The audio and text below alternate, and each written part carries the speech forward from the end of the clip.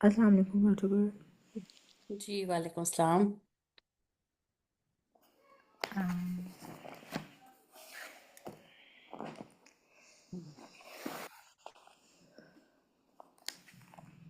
आज किसने करना था प्रेजेंट? मैं कर लूँ डॉक्टर आज। अभी तो आज कोई आया। ठीक है।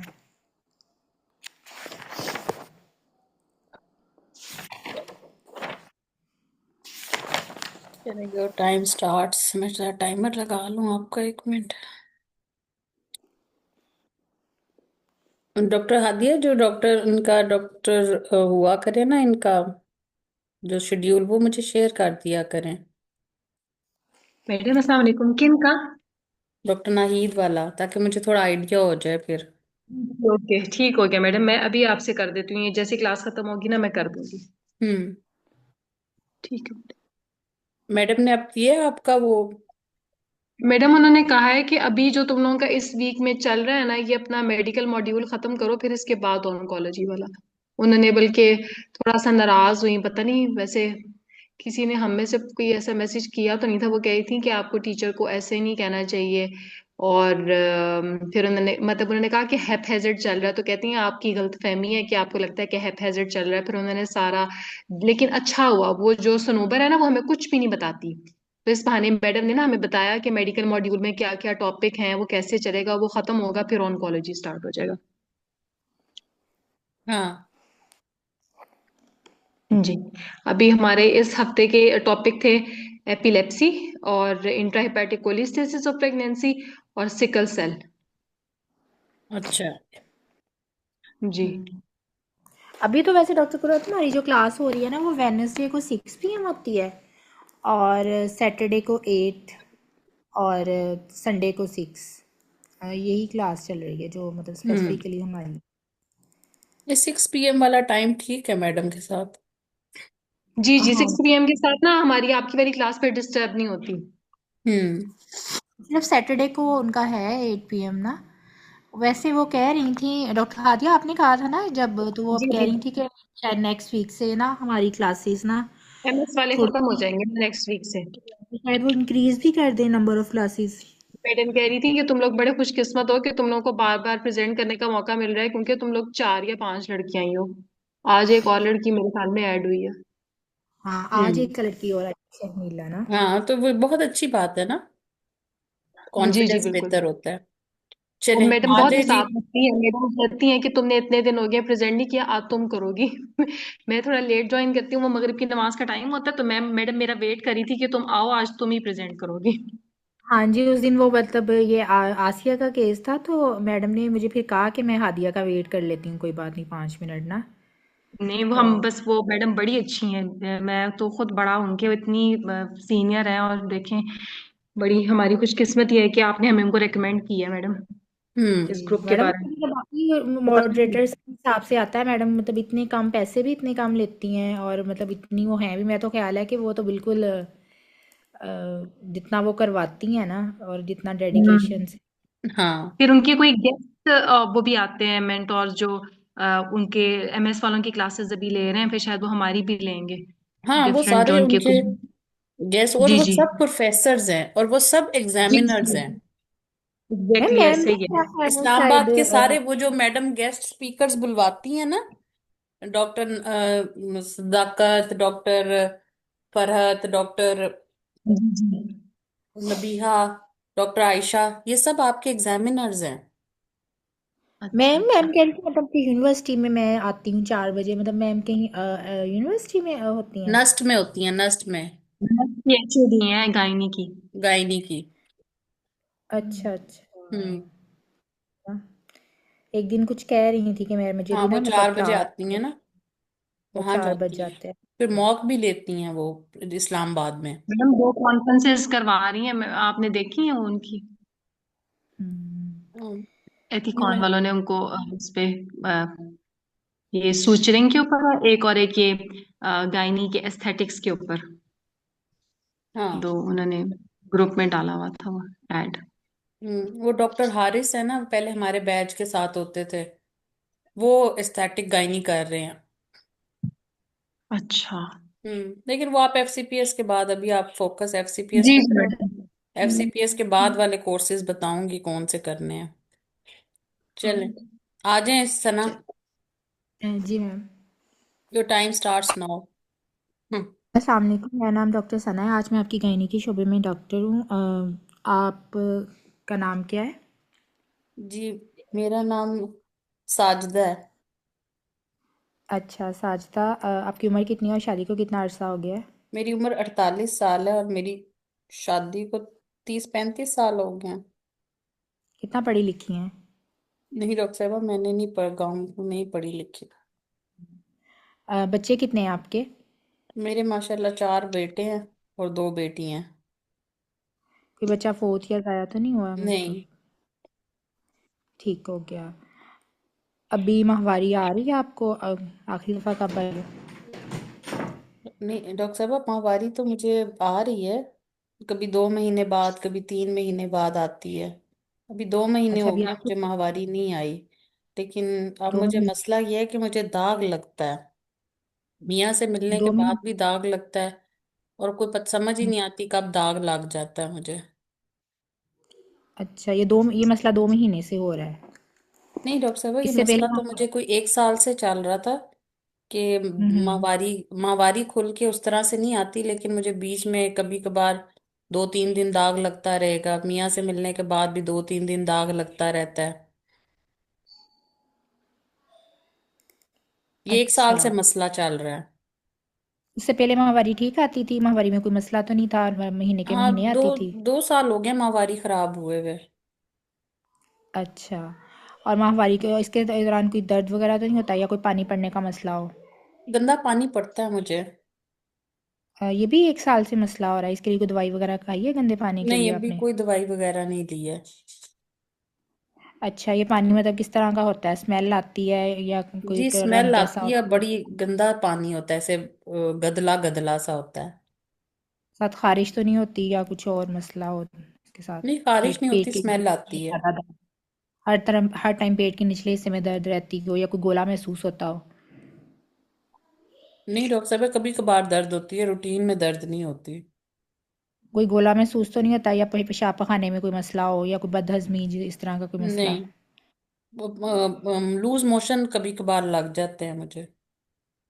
पेशाब का कोई मसला है? अच्छा ठीक है। और इसके अलावा मुझे बताएं कि आपको कोई और कोई वज़न वगैरह तो नहीं पिछले कुछ अरसे में कम या ज़्यादा हुआ हो या भूख वगैरह ठीक लगती है? हाँ जी। सर्दी गर्मी ज़्यादा तो नहीं लगती या कभी ऐसे बैठे बैठे ठंडे पसीने आ जाते हो या मतलब इस तरह हाँ, ऐसे जैसे तो हो जाता है डॉक्टर साहब, कभी कभार नींद एकदम वगैरह से ठीक है? जिस्म गर्म होता है फिर ठंडा हो जाता है। नींद ठीक आती है? कोई परेशानी मतलब इस तरह तो नहीं लगता है कि मतलब बहुत ज़्यादा परेशानी का शिकार रहती हूँ या कुछ और मसला हो? डॉक्टर सना, आपकी आज ना आवाज बड़ी थोड़ी आ रही है, गैजेट कोई लगाया हुआ तो उतार दो, मुझे बड़ा गौर से सुनना पड़ रहा है। और नहीं नहीं, गैजेट तो नहीं लगाया डॉक्टर साहब, मैंने तो बस वही किया हुआ है। अच्छा। जी, अभी अब आपने क्या ठीक आ रही पूछा है? है? मैंने कहा कि आपको ये तो नहीं मसला, कोई आपको परेशानी तो नहीं मतलब जैसे आप परेशान रहती हो या कुछ नींद वगैरह का मसला हो कुछ? नहीं नहीं। अच्छा, अपने शोहर के साथ आपके ताल्लुकात ठीक हैं? शोहर मेरे फोत हो गए हैं। अच्छा चलिए सही है। कितना अरसा हो गया है? उनको फोत हुए हुए 3 साल हो गए। ठीक हो गया। अच्छा ठीक हो गया। अच्छा उसके अलावा आप मुझे बताएं कि आपको कोई शुगर ब्लड प्रेशर का मसला या कोई और मसला, दिल का मसला है, कोई इस तरह का मसला जी, तो नहीं मुझे है? दिल का मसला है, मैं उसकी दवाइयाँ खाती हूँ। क्या मसला हुआ था? दिल का दौरा पड़ा था दिल या का कुछ और? हार्ट हार्ट का मसला हुआ था एक दफा। उसके बाद अच्छा, से मैं कुछ इसका ये कोई टीनोलोल की गोली खाती हूँ, साथ में एस्कार्ड लेती हूँ और एक वो लो प्लेट लेती हूँ। प्लेट ले रही हो? ये कब से मसला हुआ वो? ये कोई ये भी शोहर का जब डेथ हुई थी उसके बाद हुआ था। अच्छा आपके शोहर को क्या मसला था? आपको उनको तो कोई इस तरह का दिल का मसला या कोई तो नहीं था जिसकी वजह से उनकी डेथ हुई? नहीं डॉक्टर साहब, वो सिगरेट वगैरह बहुत ज्यादा लेते थे, तो उसी वजह से उनको ना ये सांस का मसला हो गया था, सांस नहीं आता था सही। अच्छा वैसे ख़ानदान में किसी को दिल का मसला, शुगर, ब्लड प्रेशर का मसला या किसी को बच्चेदानी या कोई अंडे अंडे दानियों का कैंसर इस तरह नहीं का कोई छाती का कैंसर कोई नहीं मसला तो नहीं है? नहीं। अच्छा, बच्चे के साथ नॉर्मल डिलीवरियाँ हुई थी, किसी बच्चे की पैदाइश के जी, दौरान कोई मसला तो नहीं हुआ था? बस कट आ ठीक है। जाते थे, वो फिर खुद ही ठीक हो जाते थे। घर में ही डिलीवरियां हुई हैं। घर में ही हुई हैं सारी डिलीवरियाँ? अच्छा, आपको याद होगा कि माहवारी किस उम्र में आई थी और उसके भी बीच नहीं में डॉक्टर मतलब साहब, माहवारी नहीं थी याद मुझे। बाद? अच्छा ठीक है। और बच्चों को दूध वगैरह पिलाया और इस सब, जब आपके हस्बैंड याद थे तब आपने कभी कोई वक्फे का तरीका इस्तेमाल किया था? नहीं डॉक्टर साहब, कभी कोई तरीका इस्तेमाल नहीं किया। अच्छा, किसी दवाई से एलर्जी तो नहीं है? नहीं। कोई ऑपरेशन तो नहीं हुआ आपका किसी भी किस्म का? नहीं डॉक्टर साहब। अच्छा, वैसे माजरत के साथ पूछना चाहती हूँ कि कभी आपने कोई तंबाकू नोशी या कोई नशावर किसी चीज़ का इस्तेमाल तो नहीं जी किया? डॉक्टर साहब, हुक्का पीती हूँ मैं। हुक्का पीती हैं? हुक्का कब से मतलब कितना पी लेती हैं? बहुत तो ज़्यादा, बार खाने के बार, बाद डॉक्टर दिन? साहब, बस गाँव में हमारे हुक्का चलता है तो। अच्छा ठीक है। और वैसे आपके घर में सब ठीक है, हालात वगैरह घर के ठीक है? हाँ जी, अल्लाह का शुक्र है, हमारी अपनी ज़मीनें हैं। अच्छा ठीक हो गया। और अभी तक ये जो मसला है, आपने कहा 1 साल से मसला है, इसके लिए तो नहीं कोई दवाई इस्तेमाल करी हो या कोई नहीं टेस्ट डॉक्टर साहब, वगैरह अभी किए? आपके पास ही आई हूँ। या कोई वैसे होता है ना कि बच्चेदानी के मुंह के आगे से एक टेस्ट करवाते हैं शीशे वाला, उस तरह का कोई टेस्ट तो नहीं करवाया? हम्म। बच्चेदानी के मुंह के आगे से एक टेस्ट करते हैं डॉक्टर, तो वो वाला नहीं डॉक्टर टेस्ट साहब, हो तो मैंने नहीं नहीं हुआ? कराया। अच्छा चलें ठीक है, मैं ना आपका मुआयना करूँगी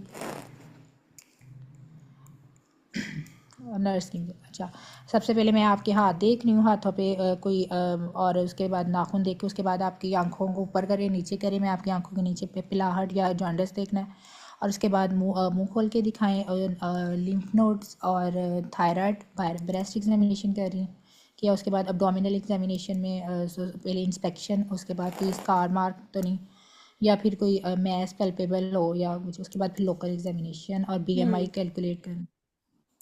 बीएमआई करना है पेशेंट का, तो बीएमआई। सारा और एग्जामिनेशन नॉर्मल है। वाइटल्स, वाइटल्स भी नॉर्मल, बीएमआई कितना है? सब कुछ नॉर्मल है।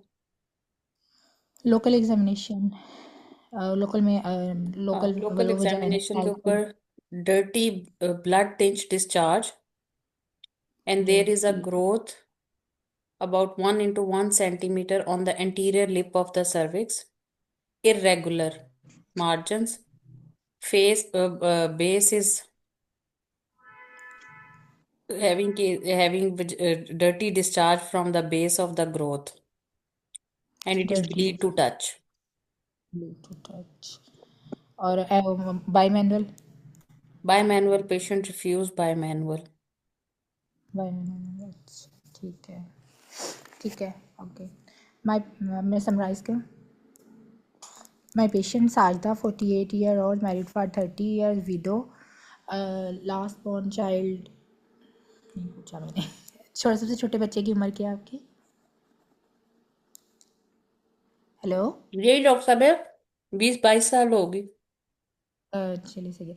अच्छा, my patient Saida, 48 year old, married for 30 years, last born child 22 years old, known case of ischemic heart disease, on Ascard and Tinolol.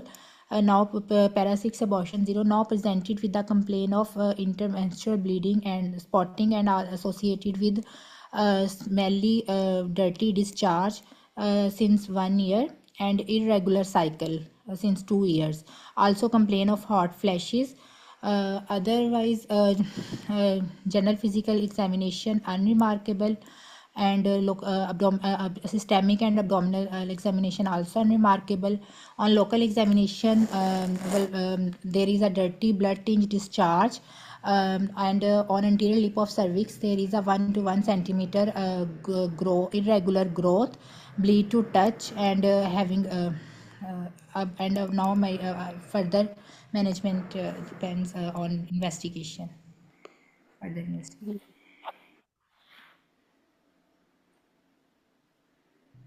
ठीक है। What is your differential diagnose? ठीक है, टाइम मैं बाद में बताती हूँ। मैं दूसरा स्टेशन साथ ही स्टार्ट करें, हम डिस्कशन एंड पे करेंगे अब। चलें, second Okay. Station, what are the your differential diagnosis on the basis of history and examination? On the basis of history examination, my differential diagnosis cervical interepithelial neoplasia, cervical sin, CA, पहला diagnosis सिन है। सिन नहीं, cervical CA मतलब मैं first पे रख सकती हूँ ना, क्योंकि ये मतलब जिस तरह बिल्कुल, इरेगुलर इतनी सारे बड़ी इसके ग्रोथ फर्स्ट। आंखों से नजर आ रही है, नेकेड आई है, तो आप तो उसको फिर उसमें सिन तो नहीं ना अब कहेंगी, अब तो ग्रोथ है, तो आप पहला तो आपका सर्वाइकल सीए होगा। हाँ जी, cervical CA, first my diagnosis is cervical CA. Hmm. Second endometrial CA involving the cervix, hmm. और उसके बाद बाकी वजाइनल नेक्स्ट डिस्चार्ज है तो कोई इन्फेक्शन भी तो हो सकता है। उसमें सर्विसाइटिस आ सकता है या कोई एसटीडीज, हम्म। तब सर्विसाइटिस होगा, पीआईडी, ये ट्यूबरकुलस हो सकता है मैस। और सॉरी सर्वाइकल मतलब ट्यूबरकुलस मैस ओके। होगा। What investigation you will perform in this patient? In this patient, first of all, I will do the general health profile of patient, in which include the blood, full blood count for hemoglobin, TLC, and platelet with the date normal है। and time. Blood group, blood group, baseline uh, investigation जिसकी normal है। okay, LFT, RFT, ECG, जी, LFTs RFTs not done. ECG भी normal है अभी जो ECG patient not जो done. है, नॉट डन। ओके, एनी उसके बाद any swab done for the discharge, not done. transvaginal ultrasound done, Transvaginal ultrasound showed irregular mass on the cervix, 1.5 into 1.8 centimeter. Uterus is 10 week size. Uterus is 10 into 9 into 8 centimeters, and bilateral ovaries are normal, ठीक है, and few lymph nodes are pelvic lymph nodes are enlarged. ठीक है, और grow इसके अलावा ठीक है, उसके बाद No other any investigation is available. How will you manage this patient? okay, on the basis of history examination and investigation done up till now, I will counsel my patient that our most probable diagnosis on the available investigation is, most probably it could be cervical CA or cervical TB. To confirm our diagnosis, we need a further investigation include include which is cervical biopsy, and it is done, and also it is done under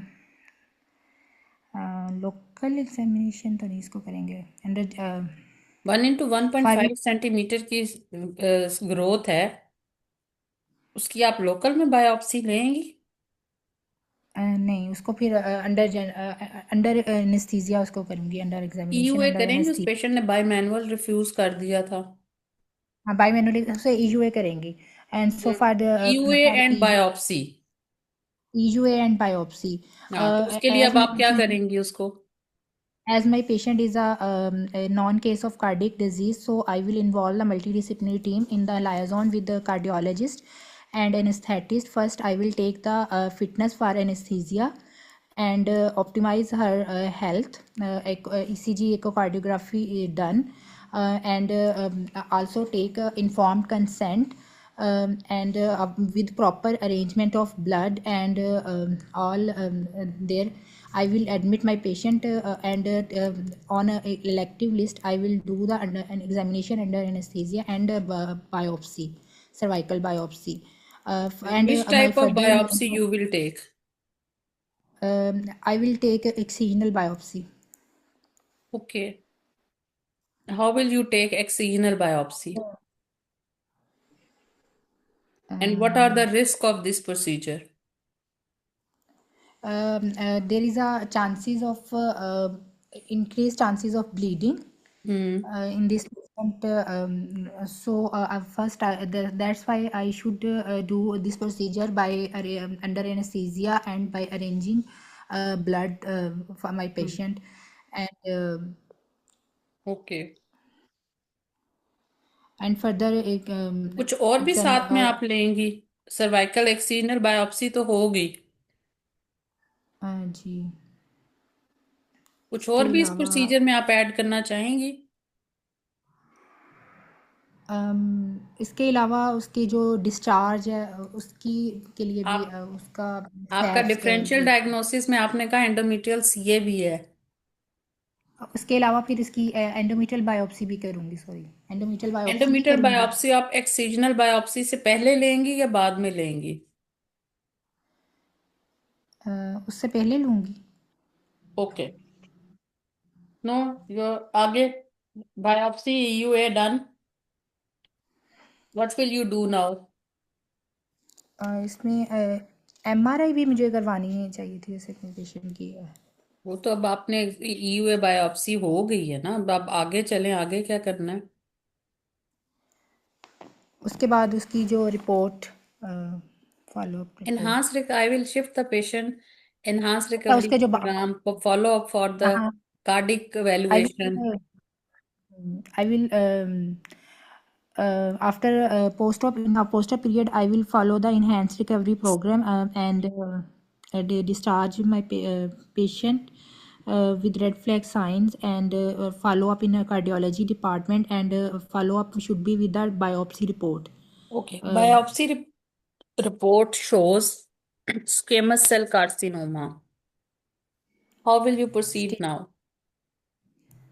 stage उसकी बाकी और कोई उसमें EUA में कोई और finding थी? नहीं, सेम सेम फाइंडिंग्स से बता दी आपको। ठीक है। Now as my patient naked eye पे जो ग्रोथ नजर आ रही है बायोप्सी के ऊपर वो स्क्वेमस सेल कार्सिनोमा आ रहा है, तो स्टेज कौन सी बनेगी? स्टेज उसकी 1 बी में आएगा, वो 1 बी की जो two one one B one बन जाएगी ना सेंटीमीटर मैक्रोस्कोपी के वन लिए। एमएम से तो 1 बी ज्यादा ही है ना, 2 सेंटीमीटर से कम है, तो कौन सी स्टेज है? 1 बी? 1 बी 1 वन हो वन जाएगी। 1B1। हाँ, नहीं 1B1 क्यों होगी, 1B2 नहीं होगी? 2 से वन बी होगी टू ना madam, 1 B. Less than madam two one centimetre है ना? 2 सेंटीमीटर तक 1 बी 1 नहीं होगी। मैडम टू अगर one two B one centimetre होगी ना, तक, 1B1। जी ठीक है, जी मैडम 1B1। 1B1। 1B1 होगी। 2 to 4 सेंटीमीटर 1B2 होता है और ग्रेटर देन 4 सेंटीमीटर 1B3 हम्म, होता है। हाँ, चले 1B1 होगी है ना, नजर आ रही है वो तो, अगर आप डिटेल में ना भी जाएं। लेकिन एक एक अजीब बात इसमें आपने बीच में देखनी है, लिम्फ नोड एनलार्ज आ रहे थे पेल्विक स्कैन में। ओके, आगे चलें, साइज में तो वन इसकी बी वन से ऊपर ही है। अभी आगे चलें, लिम्फ नोड्स आपके एनलार्ज आ रहे हैं, चलें उसकी आगे हम चलें। सेंटिनल लिम्फ नोड करेंगे। हम्म, वो जो लिम्फ नोड आ रहे थे हम उसकी बायोप्सी भी उसकी भी नहीं करेंगे बायोप्सी अब लिम्फ आप नोड। ऐसे तो नहीं कर सकते ना, पहले सर्वाइकल बायोप्सी हो गई, अब स्क्वेमस सेल कार्सिनोमा आ गया है। आगे चलें ना, अब मैनेज करें, टाइम शॉर्ट है, जल्दी करें। मैम इसमें फिर I will counsel my patient about the treatment option which is radical hysterectomy with lymph node dissection as patient have a Lymph squamous cell nodes are carcinoma। positive for the malignancy. What will you offer now? Ma'am फिर इसकी वो हम CCRT करेंगे, Yes. CCRT अगर करेंगे lymph nodes क्योंकि आपके आ रहे हैं, आपने एमआरआई करना है, आपने उसको काउंसल और करना है कि the histopathology I will counsel the patient following the spike model that the report claims is malignancy and it is a cervical malignancy. We have to stage it now. For staging, I have to perform the MRI. So some are on ultrasound, there are some are the suspicious lymph nodes in the pelvis. So probably it will be the 3 stage, but we will stage 3 confirm होगी। it after complete staging laparotomy, in which जी we will perform TAH BSO along with radical hysterectomy along with the lymph node dissection.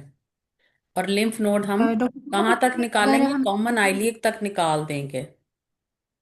Ma'am अगर इसको हमें वैसे palpable हो जाए lymph node, जैसे इसमें कहते पेल्विक हैं है ना कि ना, सर्वाइकल। इंग्वाइनल तो नहीं है ना, पेल्पेबल तो इंग्वाइनल होते हैं। जी जी। तो अच्छा। ये पेल्विक लिम्फ नोड्स इसमें आते हैं। इंग्वाइनल लिम्फ नोड्स में सर्विक्स ड्रेन नहीं करती, वल्वा ड्रेन करता है वहां पे। ठीक है। ठीक है, इन्होंने तो जाना है ऑब्चुरेटर इसकी से। सर्विकल ऑब्चुरेटर इन्वॉल्व है। ऑब्चुरेटर से इंटरनल आईलीक, इंटरनल आईलीक से कॉमन आईलीक पे जाने हैं। हम्म। वल्वा इंग्वाइनल में जाएगा ना, वो पेल्पेट होंगे। ठीक है। अच्छा, इसमें जैसे अब हमारे एमआरआई पे पहले हम एमआरआई करवाएंगे और हमारी पेशेंट के पहले ही हमें लिम्फ नोड्स आ गए हैं, तो फिर भी हम इसकी सर्जरी करेंगे या फिर हम इसमें सीसीआरटी करेंगे? क्योंकि सीसीआरटी फिर पे तो इसी हमारी देखें, आप पहले तो उसको इसकी सर्जिकल स्टेजिंग तो होगी ना एक। क्योंकि अभी आपको उस तरह से कोई पूरी उसमें अभी तो सिर्फ आपने सर्वाइकल ग्रोथ को देखा है। एमआरआई के अंदर, अगर आपको एमआरआई के अंदर फीचर्स आपको पेल्विक निम्फ नोड की पता लग जाते हैं, ठीक है। जी, और आपको वो लोअर इसीलिए मैं थर्ड कह रही वेजाइना की इन्वॉल्वमेंट भी नजर आ रही होती है, ठीक है। तो वो हूँ। जी आपको एमआरआई ज्यादा बेहतर पिक्चर बता देगा, ठीक है। लेकिन अगर आप इसके लिम्फ नोड वो मैडम एमआरआई में सर्जिकल लेप्रोटमी। फिर नहीं हम नहीं, लोग सॉरी उसकी डॉक्टर, जो है मैं मुझे ये लिप्रोट कंफ्यूजन है जी कि जी, एक जैसे मिनट ठहरिएगा, सॉरी एक मिनट डॉक्टर, मैं सुनती हूँ आसिया, एक मिनट ठहरिएगा। आपका एक मिनट क्वेश्चन सुनती हूँ। देखिए, जो एमआरआई होता है उसके अंदर आपकी सस्पिशियस नोड आ रहे हैं, ठीक है। लेकिन जब आप उसको ऑफर कर रही हैं, टीएएच उसको ऑफर कर रही हैं 1B1 करके, ठीक है। तो उसके बाद आप उसको एडजुवेंट जो है ना, रेडियोथेरेपी दे सकती हैं, ठीक है। ये कनकरंट है। कनकरंट का मतलब ये होता है कि आपने दोनों चीजें उसको दे सकते हैं, ठीक है। अब मैं कल हमने स्टेज 3 और ये नहीं की थी, वो आज हम कर लेंगे, ठीक है। तो आप उसमें आप उसको सर्जरी यहाँ इस स्टेज पे अभी 1B1 पे आप उसको सर्जरी ऑफर कर सकते हैं। लिम्फ नोड तो अभी आपके सस्पिशन में जा रहे हैं। उन्होंने जी जी अल्ट्रासाउंड में कहा ठीक। Few lymph nodes are enlarge, ठीक है। वो आपको एमआरआई पे पिक्चर और भी बेहतर पता चल जाएगी। क्योंकि लिम्फ नोड की सस्पिशन एमआरआई पे पता चल जाती है एबनॉर्मल की। उसके अंदर क्या होता है कि जो सेंट्रल हाइलम होता है ना, वो आपका जो है ना बढ़ जाता है जब मेलिग्नेंसी होती है, ठीक है। इवन जब हम एक्सिलरी ब्रेस्ट में भी देखते हैं तो हम लिम्फ नोड का हाइलम देखते हैं। तो वो हमें बता देता है कि ये इसके अंदर मेलिग्नेंसी है या नहीं है, ठीक है।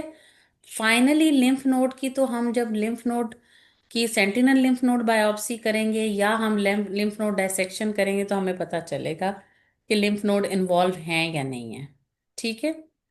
फिलहाल तक हमें अभी जो बायोप्सी मिली है उसमें उसमें हम इस तरह से स्टेज अभी नहीं कर सकते जब तक हमें पैरामीट्रियम का ना पता चले, या जब तक हमें सिरोजा उसका यूट्रस का पता ना चले, या हमें एडिनेक्सा का पता ना चले, या हमें लोअर अपर 1/3 ऑफ वजाइना का ना पता चले।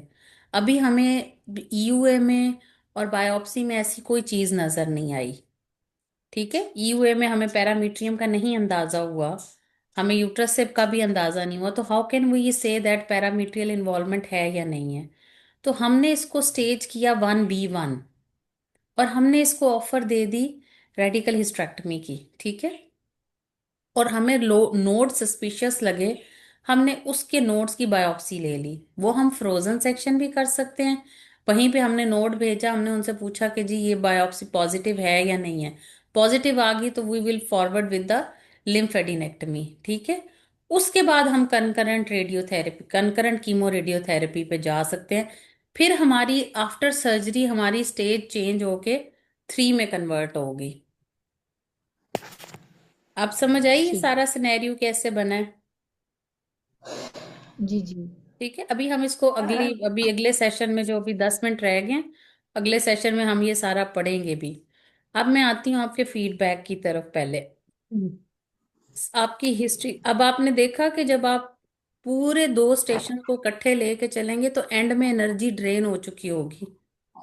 और असल जी जी। एनर्जी आपको आज के सेशन में आपको ये पता चला होगा, क्योंकि मैंने बीच में कहीं पे रोका नहीं। मैं आपको कंटिन्यूअस लेके गई हूँ, बेल बजी अगले स्टेशन पे। सो जो आज का सेशन था उसमें आपको एक दफा ये अंदाजा हुआ कि पूरा केस जब हम लेके चलेंगे तो वो कैसा होगा। और आप ये देखिएगा कि आप जब आखिर में पहुंचते हैं, जो आपके लास्ट 2-3 मिनट्स होते हैं, जो असल में गेम चेंजर होते हैं, उस वक्त तक आप थक चुके होते हैं। तो जी बिल्कुल। आखिरी वो जो कहते हैं ना, इमरान खान कहते हैं ना, आखिरी बॉल तक खेलना है। तो आपने जी आखिरी वो मिनट तक खेलना है। और मैं हमेशा कहती होती हूँ, if there is a 1% chance of success, fight. आपको लग रहा है कि मेरा पिछला स्टेशन भी खराब है, मेरा ये स्टेशन भी खराब हो रहा है, लेकिन आपको लगता है कि 1% चांस है कि मैं ये अगले 4 सवाल ठीक कर लूं, तो मैं कर लूंगी, तो फाइट। लास्ट मोमेंट तक आपने लड़ना है। किसी भी मिनट में जाके आपने ये नहीं कहना मैं थक गई हूं, अब मैं नहीं बोल सकती। यू हैव टू जी फाइट जी। For the last minute. रुकना नहीं है कहीं पे। जहां पे आपकी बोलती बंद हो रही है, इसका मतलब है वो स्टेशन ठीक नहीं हो रहा। ठीक है। तो इसलिए लास्ट जी। मिनट तक आज के इस मैंने सेशन इसलिए बीच में नहीं रोका, ना ही कोई इंटरप्शन किया, ताकि आपको एक दफा आइडिया हो कि एंड तक कैसे जाना है। ठीक है। अच्छा, अब मैं पहले आपकी हिस्ट्री पे आती हूँ। लास्ट चाइल्ड बॉर्न आपको खुद ही पता चल गया। एक बहुत ही अजीब सी इसके अंदर बात थी। उसका शौहर फौत हो चुका हुआ है, और वो कहती है पोस्ट कॉइटल ब्लीडिंग है। मैं बस थोड़ा सा उस पे हो गई कि उसने कहा कि पोस्ट कॉइटल ब्लीड, फिर उसने कहा कि 3 इयर्स से वो मेरे वो हस्बैंड क्या बीमार चीज, वो थे। कौन सा क्वाइटस था? वो मल्टी मतलब वो मैं सेक्सुअल सेक्सुअल पार्टनर उसने कोई रखा हुआ है? हाँ जी वो तो है, लेकिन मैं थोड़ा सा इस पे अब वो मतलब इस तरह फिर मैं खुद भी ये चीज़ मैं में। वहीं पे आना चाहती कि आप ये एक असेस कर पाती हैं कि नहीं। इसके अंदर ये ये मुझे सबसे थोड़ा। बड़ा फैक्टर अजीब था। हाँ जी तो मुझे ये था, हमने उससे लेकिन एकदम मैं से कहा आपके तो शोहर फौत हो के आप कह रही हैं कि क्वाइटस के बात होती है। वो मैं एक्चुअली ये सवाल करना चाह रही थी डॉक्टर कुरत, लेकिन मैं थोड़ा सा खुद ही हो गई कि अब वो इतना डायरेक्ट ये क्वेश्चन मैं करना करूँ या था ना, नहीं। तभी आप करती तो हमें पता चलता कि ये sexual partner, multiple sexual partner की केस है। जब उन्होंने मुझे कहा ना तब कि उसके थ्री और वो इयर्स हो गए होगा तो मेरे स्मोकर है, और ज़हन फिर वो में। उसने आपको हिंट भी दिया, हाँ हमारे उसमें रिवाज चलता रहता है हुक्के शुक्के का। हाँ जी। तो ये एक हिंट था, मुझे था कि आप पूछेंगी मुझसे कि नहीं नहीं, मैं पूछने लगी थी और मैं बस रुकी हूँ, अपने आप को मैंने रोका है, अपने मुंह से जुमला रोका है नहीं, तो वो कि यहीं से मुझे तो आप। पता मैडम चलना जब था। ये हिस्ट्री ले रही थी ना, और जब कहा कि हस्बैंड का डेथ हो गई है, तो उस वक्त मैं भी सोच में पड़ गई कि हस्बैंड है नहीं और मैडम ने पोस्ट कॉइटल ब्लीडिंग का तो केस मैं दे रही हैं। चाह रही थी ना कि ये हिंट कोई पकड़े इसको। नहीं नहीं, वो मेरे जहन में तो था, लेकिन फिर मेरे जहन में ये आ गया कि अब मैं इसका इतना डायरेक्ट होके क्वेश्चन शायद ना करूँ, करने वो ना, कि आपने कहा कि आपके शौहर तो फौत हो गए, लेकिन आप कहती हैं कि क्वाइटस के बाद हो, कहते हो हाँ उनको मेरे कुछ भी बताती। ठीक है। जी इसका जी। वो एक्चुअली था एक इसका फ्रेंड टाइप ही। वो इनके घर में ही वही ना। इसका शौहर के तौर पे ही रह रहा है। जी जी वो एक्चुअली ना मैं यही मतलब मेरे जहन में तो अगला सवाल ही ये आया था फ़ौरन कि मैं इससे कहूँ। फिर बस वो मैं थोड़ा सा रुक गई कि अच्छा चलें ये बाद यही में डिस्कस रुकना था ना, करेंगे। पूछना था, यही तो इम्पोर्टेंट था इसके अंदर। जी। लेकिन वो ठीक है। मेरे जहन में एक्चुअली बन भी यही गया था कि शायद आप अगर फ़र्ज़ करें ना भी पूछें तो ये इस तरह का कुछ मैडम ये सस्पिशियस। क्वेश्चन जो है वो मैडम ऐसे पूछेंगे माजरत के साथ कि आपकी दूसरी शादी हुई हुई है, ये बोलेंगे? हाँ, और यूं बोले कि आपकी दूसरी शादी हुई है, क्या आपने शादी की है शौहर के बाद? ठीक है, नहीं नहीं, वो ये पूछ सकते हैं। एक्चुअली जो मतलब दूसरी एक्चुअली शादी तो जो नहीं होगी, उसका क्योंकि वो शादी तो जेठ वो था बता ना, देती। एक्चुअली इस पेशेंट का जो जेठ था ना, उन्हीं उसी ने इसको अपने साथ रखा हुआ था। अब निकाह के वो तो कहती थी निकाह था, लेकिन हमें नहीं लग रहा था। समझ आई? वो इन्हीं जी के जी। घर में रहते थे गांव में। उसने कहा भी हमारी जमीनें शमीनें हैं। तो इन्होंने जमीनों के चक्करों में कि इधर उधर ना हो, या बेवा है तो वो साथ ही रख लेते हैं। समझ आई? जी जी। उसने एंड में आपको कहा ना हमारी बड़ी जमीनें जमीनें हैं। तो ये जमींदार टाइप जो लोग होते हैं वो ऐसे ही होते हैं बीच में। मैंने ना एक्चुअली ये चीज़ पिक कर ली थी, लेकिन मैं सिर्फ उस पे वो हो गई कि पता नहीं अब ये डायरेक्टली ऐसे क्वेश्चन करना नहीं है कि नहीं, ये नहीं बहुत करना। इंपॉर्टेंट पॉइंट ही यही था इसमें। मैं चाह रही थी कि आप बीच में कुछ पूछती, थोड़ा सा हिंट भी देती ना, ताकि मुझे ये पता चलता कि आपने इसको नोट कर लिया है। नहीं नहीं, इसको नोट मैंने किया, मैंने बल्कि बोलने भी लगी थी, लेकिन फिर लेकिन मैंने कहा आपने कि फिर अच्छा चले। समरी में भी नहीं ना बोला। जी। समरी में हिंट ही दे देती कि जी पोस्ट कॉइटल ब्लीडिंग है, but she is a widow, so there might जी। Be some extra relations. कोई हिंट हाँ, ये मुझे समरी में ही दे देती। समझ। फॉर एग्जाम्पल चले, आपने पेशेंट से नहीं भी पूछा, लेकिन अपनी समरी में हिंट दे देती। आपने समरी में पोस्ट कॉइटल ब्लीडिंग आप खा गई, ऐसे जैसे कोई गुनाह का काम है अगर मैं बोली तो। वो मैं थोड़ा सा इस पे वही हो गई ना, मैंने कहा कि अब पता नहीं ये नहीं ना, यही तो पॉइंट था, कहाँ से सर्वाइकल सीए आ गया। कुछ ना मैडम कुछ। सर राशिद लतीफ ने बल्कि मैडम वो कहा था तंबाकू भी, हुक्का भी कि पीती है, फिर उसका जो है वो इतनी मतलब हो तो सकता है सीए सर्विक्स। जमींदारा टाइप है ना, जमींदारा टाइप है। और ऐसे जमींदार टाइप के जो जरूरी नहीं है कि सिर्फ बेचारे लोअर मिडिल क्लास ही हों, एलीट क्लास के अंदर भी इस तरह की चीजें बहुत ज्यादा हैं। जी। मतलब आप कहीं पे लीड मुझे क्लास हिंट में देती तो ना, आप सबसे समरी में ज्यादा हिंट दे होती है देती कि आपने ये पॉइंट पकड़ मैडम। लिया है। लीड क्लास में तो सबसे ज्यादा होती है, कराची में डिफेंस में चले जाएं आप। कहीं वो एक, लेकिन मैंने कहा ना, उसने आपको बीच में कुछ दो चार हिंट दिए कि आप समरी में ये बोल देती। ठीक है। जी जी, वो मुझे बोल देना चाहिए था, लेकिन वैसे मतलब हाँ, मैंने अपना नहीं सस्पिशन शो करना चाहिए। फिर पैप स्मेयर का आपने नहीं पूछा। नहीं, वो मैंने पूछा है। पैप स्मेयर पूछा है? हाँ उसने जी, हाँ पूछा जी। अच्छा ठीक, बाद में पूछा, और ठीक है, लिखा मैडम मैंने। पेपिस्मेयर का एक दफा मुझे था ये कि पूछना था कि जब हम ईयूए कर रहे हैं तो उससे पहले एचवीएस और पेपिस्मेयर लेंगे ना, फिर हम डायग्नोस्टिक डीएनसी करेंगे, फिर जो नहीं, है वो ग्रोथ, ग्रोथ में नहीं एचवीएस, लेते, ग्रोथ के अंदर आप पैप स्मेयर नहीं लेंगे। उसमें हमने बायोप्सी ही लेनी है जब हाँ, ग्रोथ उसमें होती इतनी है। बड़ी जो नेकेड आई से आपको नजर आ रही है उसमें बायोप्सी होगी, उसमें पैप स्मेयर नहीं होगा। वो ब्लीड टू टच मैं है। ना उसमें एक बेटे वो बात मैं ब्लीड आप टू, ना ब्लीड टू थोड़ा टच है ना। जी जी। नहीं नहीं, अच्छा ब्लीड, मैं इसमें ना थोड़ी सी एक बात करना चाह रही थी।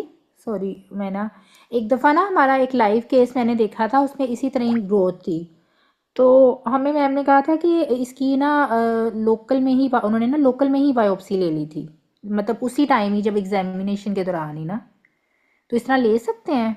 अब वो नहीं, पता वैसे कहते हैं कि इस अगर वो पेशेंट जो खुदा ना खास्ता ब्लीड करने लग जाती, टोरेंशियल ब्लीडिंग होती है सर्वाइकल जी बायोप्सीज में। वही मैंने ये बात आ रही थी, क्योंकि एक दफ़ा ना डॉक्टर हीरा के ही किसी लेक्चर में मैंने सुना था कि उन्होंने कहा था कि इतना ब्लीड करती है पेशेंट के, खुदा ना खास्ता ये सर्वाइकल सीए वाली तो हाँ, मतलब से ये ही ये ये नहीं पेशेंट करना चाहिए, नहीं करना चाहिए, हाँ, बिल्कुल नहीं। लेकिन ना ये इस पे थोड़ा सा मेरे ना वो मतलब मैंने एक लाइव केस ही इस तरह का देखा था, तो उन्होंने ना एक्चुअली थोड़ी सी उसकी ना बायोप्सी बहुत थोड़ी सी, मतलब वो ये है कि उन्होंने फिर ज्यादा नहीं ली थी वो पंच ले ली शायद ना, इसलिए। छोटा सा पंच ले लिया, वो इतना सा हुक ले होता है सर्वाइकल वो फिर बायोप्सी का। थोड़ा सा कि शायद बाज़ पेशेंट ही वो हो जाते हैं ना, इस तरह के जो पेशेंट आते हैं, तो वो जब मतलब वो लगी मतलब देखने से ही लग रहा था कि वो सीए है ना।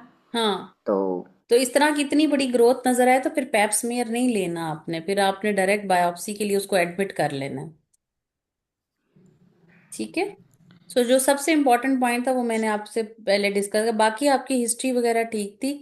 आपने 9 मिनट के अंदर अपना हिस्ट्री वाला स्टेशन कंप्लीट किया है, ठीक है। तो थोड़ा सा टाइम को, स्पीड को, टाइम को थोड़ा और कर लें, ठीक है। बाकी आपके जी ऑलमोस्ट सारे सवाल पूरे हो गए थे।